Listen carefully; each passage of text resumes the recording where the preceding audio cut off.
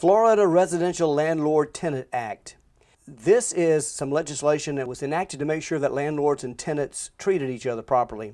I think the important testing issues that we have to deal with right now is that the landlord has to notify the tenant within 30 days of the lease as to where any deposits are being handled. Also, let me say before we go any further that the landlord is the owner of the property, and they can handle deposits a little bit differently than brokers can. And with that said, that means that landlords, if they chose to, have a number of places that they can put deposits.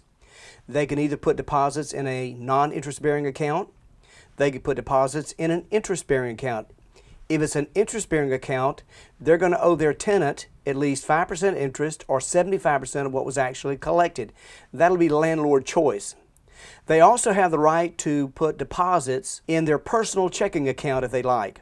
Now, when they do this, they're going to have to post a surety bond with the clerk of courts in the county that the property is located in the amount of the deposit. And that surety bond is an insurance policy. And it doesn't have to exceed $50,000.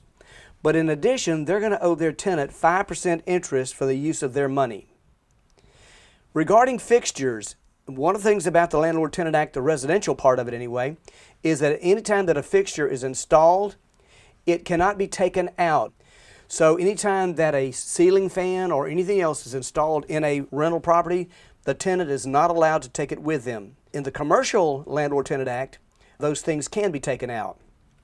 Anytime that the landlord wants to make a claim on the deposit, and that is the security deposit if there's damages on the rental unit, they've got to give notice to the tenant within 30 days of the termination by certified mail to the last known address.